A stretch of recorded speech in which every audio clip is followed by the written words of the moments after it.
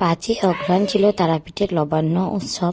আর আমরা যেহেতু লবান ও পান্তা লবানের দিন ঠাকুর দেখতে যেতে পারিনি কিছু বিশেষ কারণের জন্য, তাই দুদিন পরেই যাচ্ছি আমরা ঠাকুর দেখতে।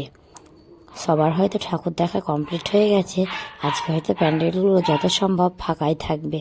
আর আজকে আমরা যাচ্ছি আমবাগান ঠাকুর দেখতে। এখানকার থিমটা খুব সুন্দরই করেছে, সেটাই তোমাদের সাথে আজকে আমি শেয়ার করব। প্যান্ডেলের মধ্যে ঢোকার আগেই এই বড় রকমের একটা এটাকে দেখে কিন্তু আমার সার কাটার মতনই লেগেছে সবার প্রথমে।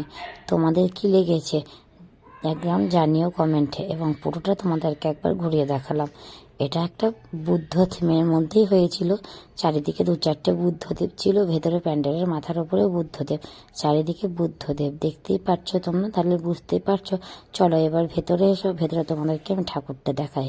তোমরা হয়তো ভাবছো যে লবণে কার্তিক ঠাকুর কি করছে, আমাদের কিন্তু তারাপীঠে লবণে কার্তিক ঠাকুরটাই হয়। চলো দেখা হবে নেক্সট